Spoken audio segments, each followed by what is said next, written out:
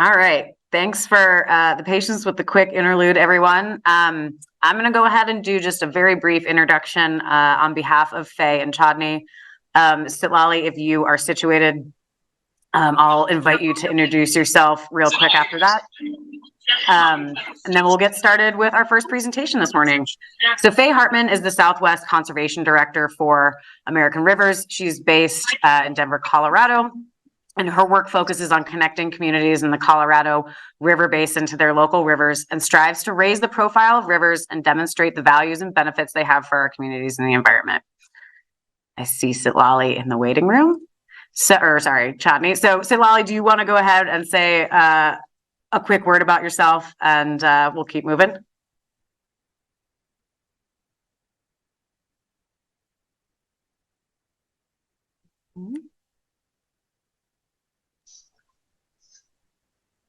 All right, can you hear me okay? I'm in the Tucson station and it's super noisy here.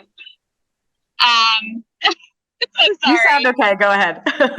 Yeah, okay, cool. Hi, everyone. My name is Citlali Cortez and I work in Mexico. I did a bunch of work in the borderland. I'm about to miss my train. I actually worked in the Rio Grande Basin for a while in a large watershed management program a while back, and now I work in conservation projects for KfW, the German Development Bank, and I'm currently in a train station in Frankfurt. Thanks, Sorry about this epic morning. Epic day. No worries. Chodney, do you want to do a quick word of introduction? And then Andrew and Johnny, I know we're eating into your time, so we'll just take that into account. You'll have a few extra minutes at the end.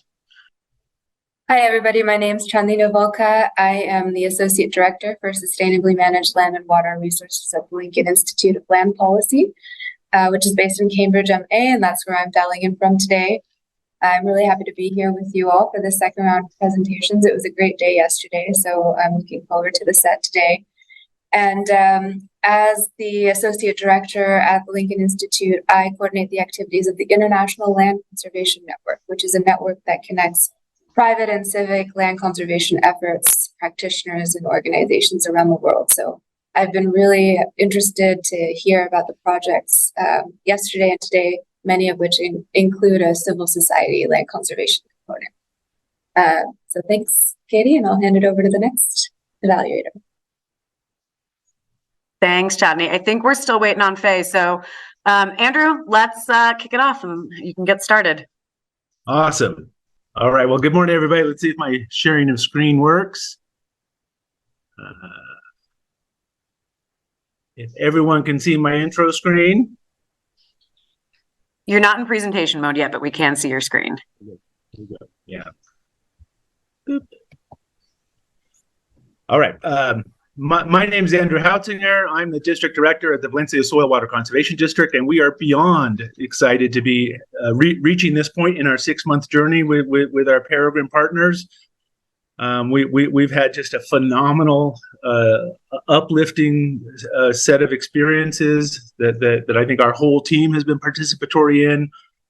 So we're really feeling empowered to take these next steps in our conservation journey, and are so very thankful to the cohort members and the faculty that's made this a reality for us. So what I'll be talking to you all about today is building an approach that we're referring to as building capacity and resiliency along the Middle Rio Grande. So with that, let me jump into it. Again, I just can't express the level of gratitude that we have in my organization for the journey that we've been on with you good people over these last 6 months. We really think it was this opportunity for growth, professional, personal, for all of us. I certainly count myself in that arena. I've been doing this work for 30 years, and every single module I attended, I learned multiple new things to make me a more thoughtful person, a better manager, a better conservationist. So speaking from my heart, I'm super appreciative. We have 2 cohort members or team members on the line. I don't know if Priscilla, she was having a hard time with the link. I don't know if Priscilla Abeda was able to get online. If she is, Priscilla, now's the time to come on board to visit. I don't see her on the list, so I'll speak on her behalf for just a second. Maybe she'll be able to come in a moment, but she shared with me last week how from the Ghost Ranch face-to-face opportunity that we had here in New Mexico to meet the cohort members to today's session. This was yesterday we were talking. She really felt empowered, sharing her voice with new confidence and effectiveness. She comes from a non-scientific background, but she's to her heart from the earliest parts of her life memories. Nothing has made more importance to her than environmental balance and cultural preservation for her Isleta Pueblo peoples. And so she really feels the Peregrine Path has really given her new skills, new confidence to be a leader in that arena. So I'm super appreciative to the Peregrine folks for letting this friend of mine, comrade of mine, board supervisor of mine have that experience. Also, I want to share with the group Johnny Chavez, who's our district's conservation program manager. He's on the line today, and I'd like Johnny to come on and visit a little bit about his experience. Hello, everyone. Like Andrew said, my name is Johnny Chavez. I'm the conservation program manager. Through this program, I have the opportunity to express my voice, share my knowledge, and draw from my experience. I grew up locally here in New Mexico, and my journey didn't have a linear path. I kind of wanted to go into different directions. But however, by collaborating with mentors here at the district and individuals that have come and gone, I have come to realize that my passion becoming a wildlife conservationist.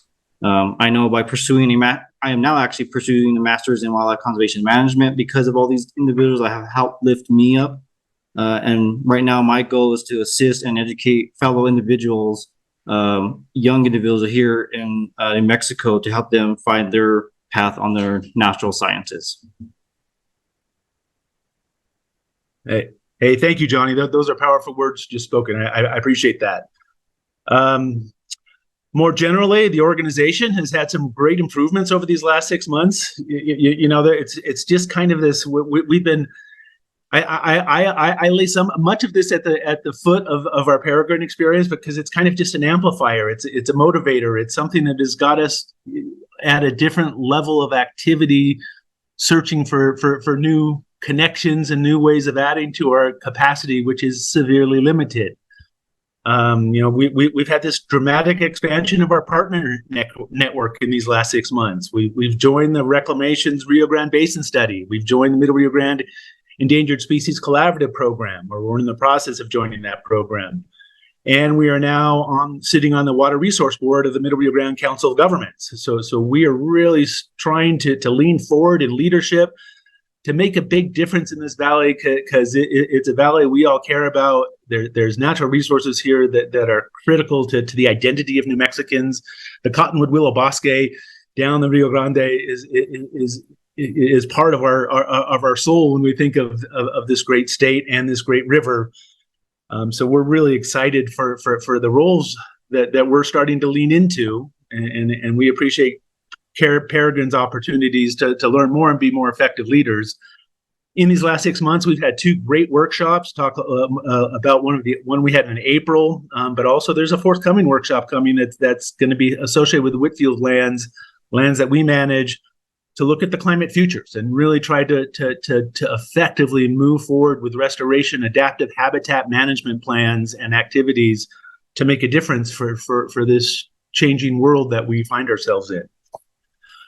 Part of our Peregrine journey, one of the things that we've learned is different ways to categorize what the heck it is you're doing, what scales you're operating at, and trying to be more thoughtful in your communication of you know, what's your organization's purpose, what's your priorities, what's the plan moving forward.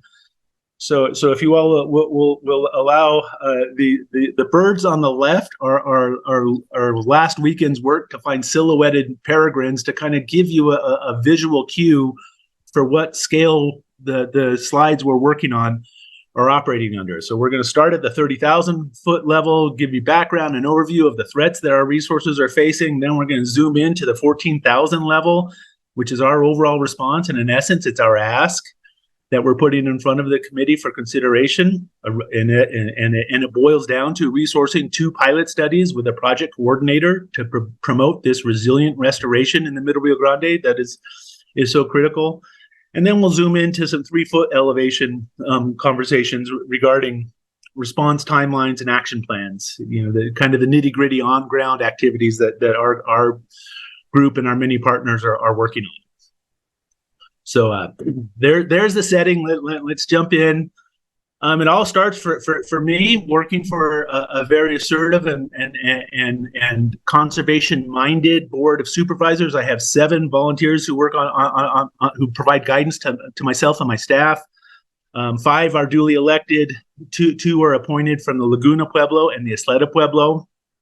I have a staff of 4. I supervise 3 folks that I'm really proud of to have that. And also, it is seems like here's got not only am I very appreciative of my staff and my supervisors, but also thankful for everyone that made this journey possible. Katie, you and Shoshona are top of the list. I just think you guys have been wonderful, very accessible, very thoughtful, super professional, high quality. Everything you've done has just been a top of the grade. Really enjoyed the mentors we work with Sharon Hossam and Jonathan Bruno, and on down the list. A lot of really positive interactions, and especially I want to thank our cohort members. I think we have this great 2003 Peregrine cohort of 9 teams of ours, and I really hope for nothing but for the very best for the other 8 teams, because there's no lack of great ideas. Every one of us has some really important work that we're working on. It's my hope and prayer we all get resourced to take these next steps in our projects. Still in the way of introduction, Valencia Soil Water Conservation District is a 1.4 million acre endeavor. We're one of 47 soil water conservation districts in the great state of New Mexico, one of 3,000 in across the nation. Every one of the 50 states has some version of a soil and water conservation district. We in Valencia, we represent all of the Isleta Pueblo as well as most of the Laguna Pueblos. So first stewards are certainly an incredibly important part of our journey and our being effective conservationists. So here's the sandbox within which we play. Zooming in a little bit more, we're right about in the heart of central New Mexico as this wonderful Middle Rio Grande works its way through the state. We're south of Albuquerque, some 30 miles. We're sandwiched between we own 3 properties, 3 conservation areas. We're the only conservation district in the state that owns multiple conservation areas, including our Whitfield, Maine area, this 97-acre, 20-year experiment in environmental education focused conservation. We have 2 other units, the Stacy unit, 43-acre startup, and a Rio Bajo unit down south, 47-acre, also a startup unit. So both Stacy and Rio Bajo really are kind of these unpainted on palettes, canvases that have nothing but potential written on them. Noticing we're at the 30-foot elevation flight as the flying peregrine to the lower left-hand corner shows. So let's keep moving down the path. A big reason we're here today, a big reason we applied to Peregrine, a big reason that our activities have amped up several levels is because we were visited by the Valencia County's biggest forest fire in history last April 11th, 2022. The Big Hole Fire came, burned over 800 acres of bosque within our reach, including 105 acres on our properties. The map to your right shows the Whitfield Wildlife Conservation Area gradations. This is a map that Johnny Chavez worked on with fire professionals in the community, telling us it could have been a lot worse. There's low to medium severity burns on the property with a couple of hot spots. You may not see it on the slide, but the little white dots are the hot spots, also known as our 100-year-old cottonwood trees. So not feeling especially lucky, but we know, could have been worse, always could be worse. One area to the northeast there did not burn, and there's a great story there where a local farmer came in and in the dead of the fire cut a fire lane. That's that right-hand strip there. So great community stories here. We're gonna be resilient. We're gonna rebuild, but let's do it smartly. Is what we and our partners and our neighbors are hoping for. Quick, just give you some pictures since I have lots of them. Here's the day of the fire. This is our former education manager, Allison Martin, looking, I can't say anything other word but pensive, as the fire just started in the afternoon of April the 11th last year. Started to cross the Rio Grande right here. I drove over to the Whitfield West Gate and saw it right after it popped over the river. It's moving to the east now. And then it comes across our ditch. This is our western boundary, the San Juan Drain. And this is just the moment where the wind shifted from due north to north by northeast, and it popped over the drain. And Johnny Chavez said, hey, he's our point of the spear on all things fire related. He said, hey, boss, we better buckle down. Let's send everybody home because this isn't going in the right direction. And sure enough, here's that western gate, a couple time before the fire, showing someone's abandoned bicycle. And here's right after the fire. Here's one of our outdoor classrooms with some 15 stumps, often occupied by little rumps of our young student visitors. And there's right after the fire. Tell me what those 3 stumps did to survive the fire and the others did not. The vagaries of the fire gods, I suspect. And for us, at the end of the day, it really becomes most poignant when we look at our most ancient tree on the preserve. We refer to it as our owl tree. Owls have roosted here. If you lean over in the right direction, you can see owl faces within the foliage. But we say this is the most visited tree in Valencia County. We've had hundreds of school visits where you see a teacher here on the left-hand side espousing some environmental education story as she talks about the owl tree. So this was our pride and joy, old tree on the property, ancient tree. And here's how it looked that summer before the fire. Didn't have a whole lot of years left, maybe a decade, maybe more. Hard to say, but the day of the fire, it had fully budded out in early April, and so it was ill prepared for the fire. And this is how it looked the day after. So there's no recovery of this tree, but it still stands. Its story is not done being told. We have a memorial plaque that's been set up by a Gold Star Girl Scout. So we're using this as an animator to help remind all of us that the way we're managing our bosque in the Middle Rio Grande needs to change. We're waiting for the next fire. We don't engage the fires. We stay on the outside because our fire departments don't have access. They don't have resources. They don't have the right training for engaging in riparian fires. So again, this is our way of trying to animate this conversation to try to be a leader with our partners and our other stakeholders to move in the right direction. This is a messy graph that most of my team players told me to delete, but I'm leaving it in there because this was a product of back and forth with our Peregrine mentors Sharon Hossam and Jonathan Bruno, where this is kind of the Valencia soil universe, all the different things we have going on. And I could spend all day long talking about this, but really I want to just spend 15 seconds on it, which is to say our central goal remains this healthy Middle Rio Grande ecosystem for benefit of humans and native species, but we can't get there effectively because of capacity limitations. And so that's really the stake that drives through our heart. But whether you're talking the categories that make these restoration objectives achievable, or the projects on the outside ring that are the details, it all comes down to we need more capacity. So with that, I bring you our ask. So in brief, we think we need to build capacity and resiliency along the Middle Rio Grande in response to a changing fire regime, and we bring 2 main elements to that effect. We think these 2 main elements have the potential for being really long-term in their impact. On one side, we're enhancing the on-ground resiliency. So through that pathway, we think we are proposing that we implement 2 pilot projects that are going to be climate and fire adapted. Pilot project 1 would be a project on some of the lands that already burned on our property. So a post-burn scenario, and then project 2 would be a pre-burn scenario at our Rio Bajo property. So we're looking for assistance to stand these pilot studies up. And the second element is capacity building. We need more firepower on our team to make these things happen in a quality, impactful manner. So we are knocking on Peregrine's door to support us with $100,000 a grant award. We will do our own bit. We will at least match that. We think this project is at a minimum 2 years in its duration. I'll show you a timeline in just a little bit here.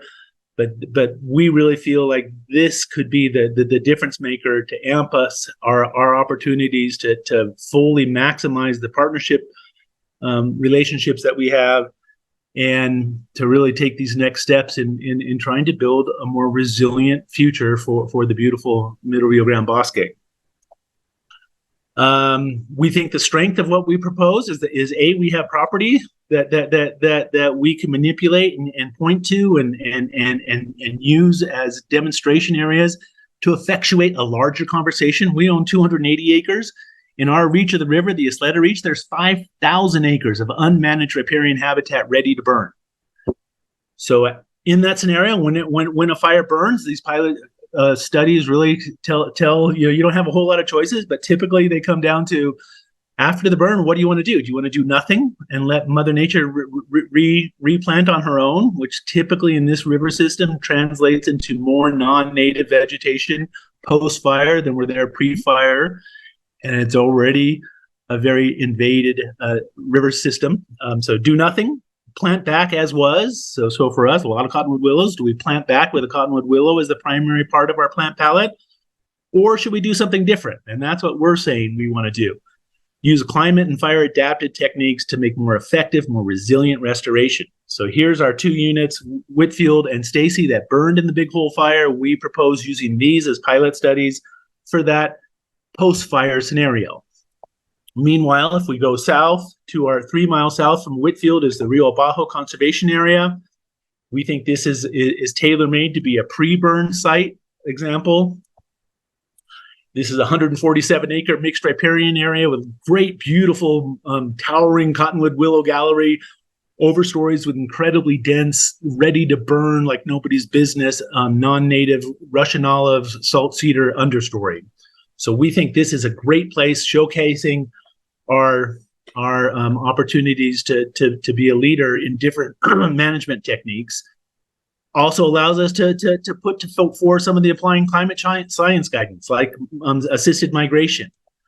Really pushing forward with work in combination with Middle Rio Grande Conservancy District, as well as the New Mexico State Forestry, doing thinning, fuel reduction, native retention. And we're trying to lean into fuel break design opportunities. We just think this is a critical part of the tools that are in our bag. We don't have many tools to fight wildfires in riparian scenarios, but fuel breaks are one of them. And monitoring, keeping your eyes wide open. So we've already done monitoring at this site. We started stood up a long-term sentinel monitoring site at the Rio Bajo unit back in July of 2022. So still staying at this 14,000 foot elevation as we're kind of reviewing this as our ask, just again thinking we see it in 2 different places here. We're going to stand up these pilot studies with additional capacity. Looking at a different way, I supervised, as I mentioned earlier, a staff of 3. This would be the 4th person to come on to staff. So we're a mean and lean group here. We've done some great work here, but our plates are full, and a project manager could really make the difference in a quality pilot demonstration area type approach like we're articulating. So here's one way of looking at our ask as well, adding a new project manager into the mix.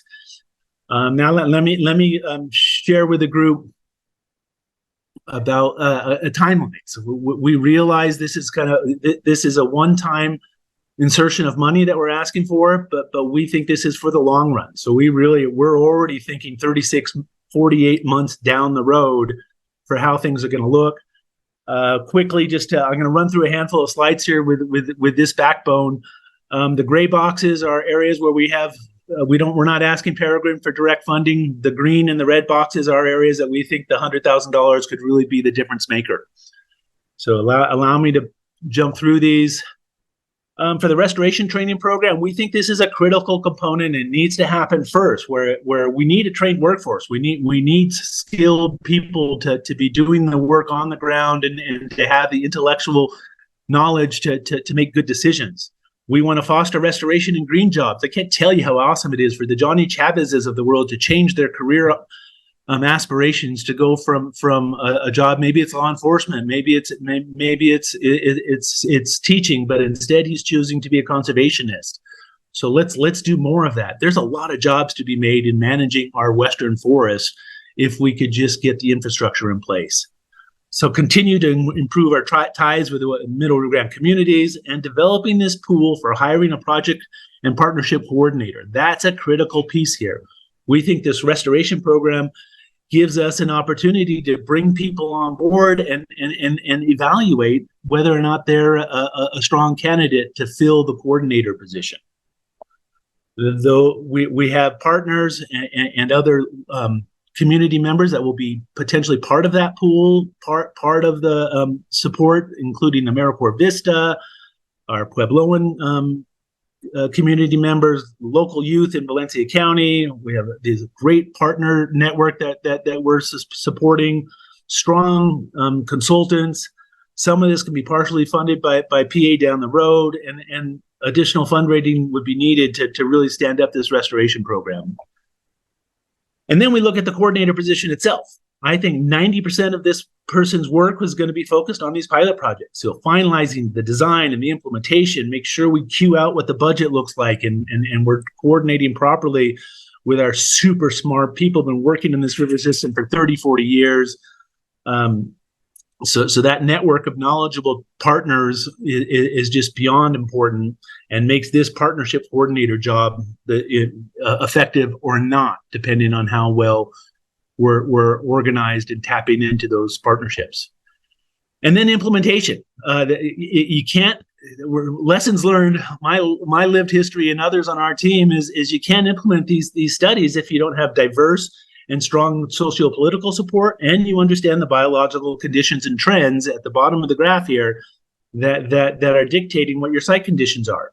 So we go into this with our eyes wide open. This how to say, not our first rodeo. So we have some years of experience to understand what a successful implementation looks like. And we have great partners. New Mexico Department of Forestry is a huge partner. They've already funded work into next year for removal of some of the dead trees and doing some fuel break assessments. So great to see them. And we had this great climate adaptation workshop I made mention of earlier back in April 2023, where that really goes to this diverse social political support. A quick little cutout here. Back in April, we had this workshop, Restoring Whitfield, a climate-adapted revegetation workshop, where we had 38 subject matter experts gathered around for a day and a half to cuss and discuss the different approaches to moving towards a more sustainable, more resilient future for the Middle Rio Grande. So these 38 fire and climate-adapted experts contributed to a preliminary climate-adapted post-burn plan, which is shown in the cover sheet of our summer report that we put out in June. The workshop also allowed this great compilation of important resources, including climate-adapted plant databases, list. Oh my God, there's so many plant lists out there, and I'm so tired of plant lists. But a plant matrix is something different, I will say. And then we're working on key next steps. I mean, nothing great surprise here, but our partnership is focused on achieving these greater resiliencies in our responses to wildfire. And this October 2023 workshop that I'll make mention of in a moment, Climate Futures Workshop, is part of that story. And of course, it all comes down to partnership. So I won't spend time on this graph, but to say here's a short list of our most important partners that we work with. The green asterisk shows those partners who bring some funding to us. We are a small hand-to-mouth organization. We don't have much money to play with. 90% of our funds are committed to supporting staff and benefits. So every little bit helps, and I can't just express how important these partners are to mission success. Back to the timeline. As I noted, we've already set up the Sentinel monitoring site, has been established at our Rio Bajo location to better understand the site conditions that are happening to inform more effective restoration. A quick example of that monitoring, here's 13 years of record at the Whitfield Wildlife Conservation Area's 10 monitoring wells. Haven't missed a single month of records. This is the densest, highest quality data set in this part of the river, we've been told. It's being incorporated into a New Mexico Interstate Stream Commission MICSHE model, and it's been done on the love and support of an 85-year-old octogenarian citizen scientist, Ron Goins, who goes out and picks gets the message, the tape down measurements at these 10 wells. He has not missed a month in 10 years. We see something here. This green line shows you that one of the aspects of doing this monitoring is it seems to us that the groundwater table over these 13 years, the average groundwater elevation has dipped a foot in our location outside of Belen. If you go up on the other side of Albuquerque to the Santa Ana portion of the Middle Rio Grande, the groundwater table is thinking to have dipped around 3 or 4 feet. So all of us have flashing lights on our instrument panel that we at our own peril, we don't pay attention to. Rio Bajo, we put in wells for the Sentinel monitoring, so we're starting to tell that story on what the groundwater dynamic is there. So I just want to use this graph as a quick explanation for how important all of this is for us, to keep our eyes wide open and see what's happening in the system before we make planting choices and other restoration choices. Again, I just want to use this graph as a way of saying how important it is to go through this restoration program, to get this pool of applicants, to then make the best possible selection of a partnership coordinator, to then be a direct partner in all this implementation work. We really need this individual to have hands-on, skin in the game, be involved in the conversations pretty much from the get-go. So that's just to show you our structure and the way we're thinking about the series of events here. And then we think, is it 18 months to 24 months out? We think a Middle Rio Grande Summit would be exactly the right next step. This allows the partners to take stock of lessons learned, what's worked, what hasn't, how do we make changes? Let's highlight the trained work crew and their employment to date. And let's set in motion the need to have this collaborative climate adapted fire plan for the entire Middle Rio Grande. And I think that's where we land at the end of this process, and this is several years out, is a climate adapted fire response plan. This is the critical piece in the puzzle to have us have a chance for long-term resiliency. 2 pilot projects aren't going to be worth much unless we capitalize on the results, expanding both natural, socioeconomic impacts, this collaboration between all of our partners. And of course, none of this is achievable if we don't act together to make the difference.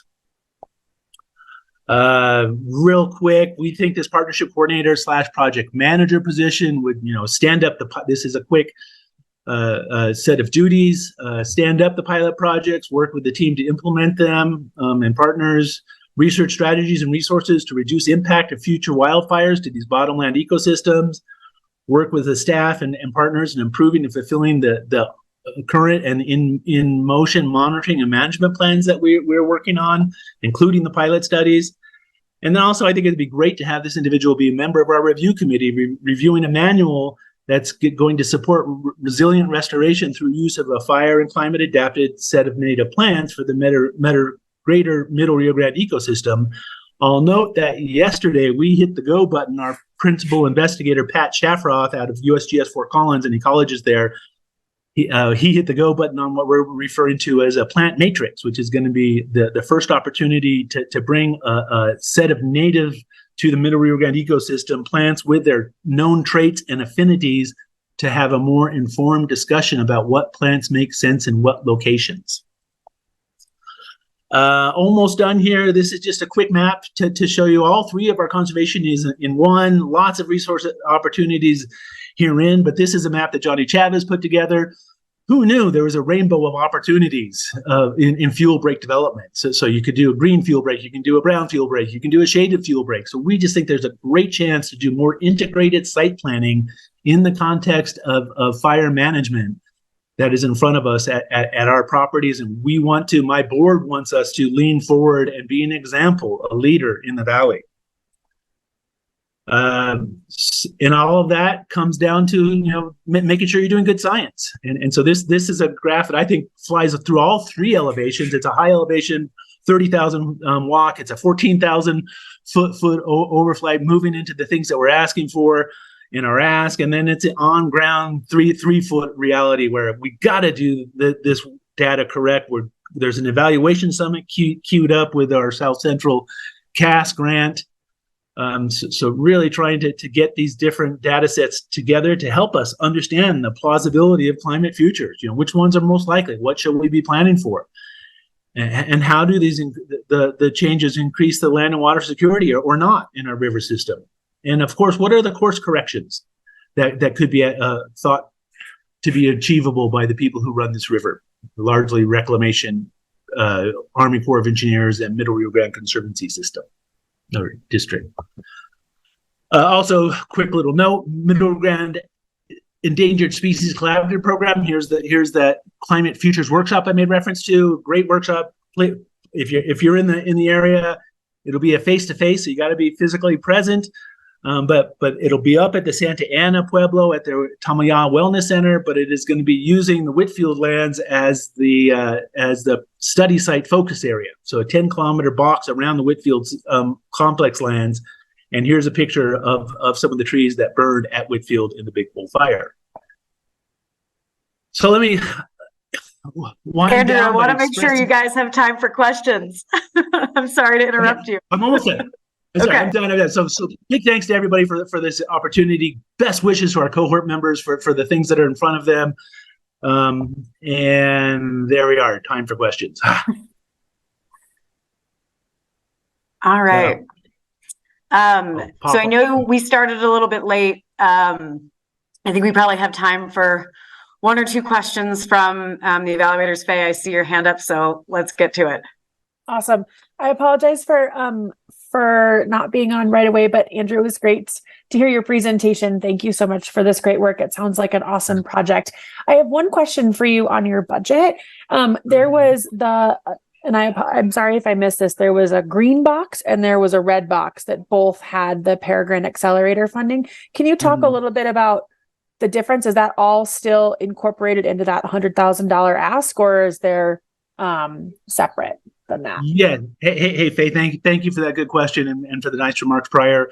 Yeah, it's exactly that. We think that the pilot studies we can't do it without extra capacity. So the red box is bringing the coordinator on board, but then the green box is tagged directly to that red box because we can't do those pilot studies without that level of expert leadership. But it happens the green box has some other additives too. So it's not a complete Peregrine ask. And so it's kind of a partial Peregrine ask is I think the way we looked at the color scheme. Okay, perfect. Thank you. Yes. Any other questions? Go ahead, Ernesto. Well, thanks for all the work you guys do. In terms of the cost of actual on-the-ground implementation, do you have like a round figure of how much money would actually be going into the land to implement whatever comes out of the process? Thank you. Great question, Ernesto. It kind of depends on we're going to be doing different things at the different locations. We've had with our partners at State Forestry, a pretty standard cost estimate is $3,000 per acre to get the clearance work done from the post-burn scenario. It could be a little bit higher, closer to $5,000 if we're going in and removing existing vegetation from the understories. And so it's a little bit of a mixed bag as far as the cost per unit area. But what we are committing as an agency is we will bring enough funds into the picture to make sure this is successful. So $100,000 is I think I'm upwards of 70,000 to bring a coordinator on board with benefits. So there's not a whole lot of money left to resource the pilot studies. That's where my program's base funding and partner contributions would make the difference.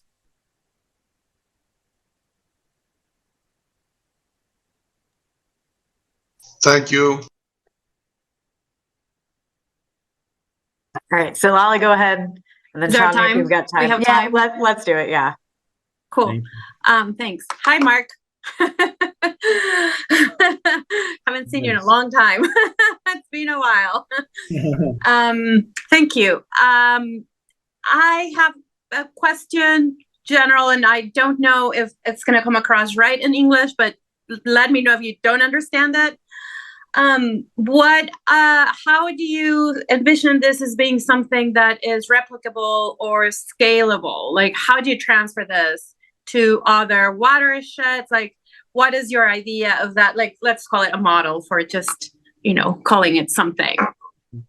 That's the best question, because that's exactly the power spot, right? If my 280 acres are interesting, and I hope I can manage them for the time I'm sitting in this chair responsibly and with a future minded, changes in the world and the climate coming our way. But really, the power spot is the partners who own the land in adjacent to us. It's really the Middle Rio Grande Conservancy District, who owns 95% of the floodplain in this reach. We are working, I've worked with them professionally. I'm a retired Fish and Wildlife Service hydrologist, so I have 30 years of experience of rapport with the Conservancy District. But that's the scale up process, is making sure we're working very closely with the Conservancy and other partners to use the work that we're doing at Valencia to paint a pathway forward. So we really think we have leveraging as our #1 end result. And we want it to be a full community discussion.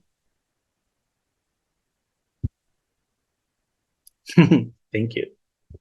Could I add to that real quickly? And hello, Sitlali, great to see you. The other part of this too, our immediate leveraging and expansion is on the Middle Rio Grande, right? That's where our focus is.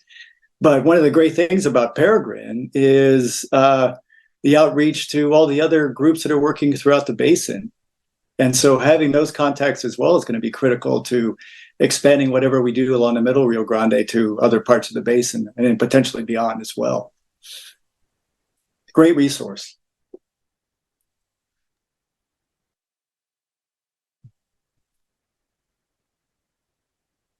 Over time, Chani, I don't want to leave you out. If you think it's a relatively straightforward question. That's all right. I can hold my question or ask the team separately. Okay. All right. Well, thank you guys so much for kicking. Right. Thank you for the time. If you want to see your peers, we're on the Vimeo stream, and we'll go for about an 8-minute break right now before our next presentation. Great. Thanks, everybody.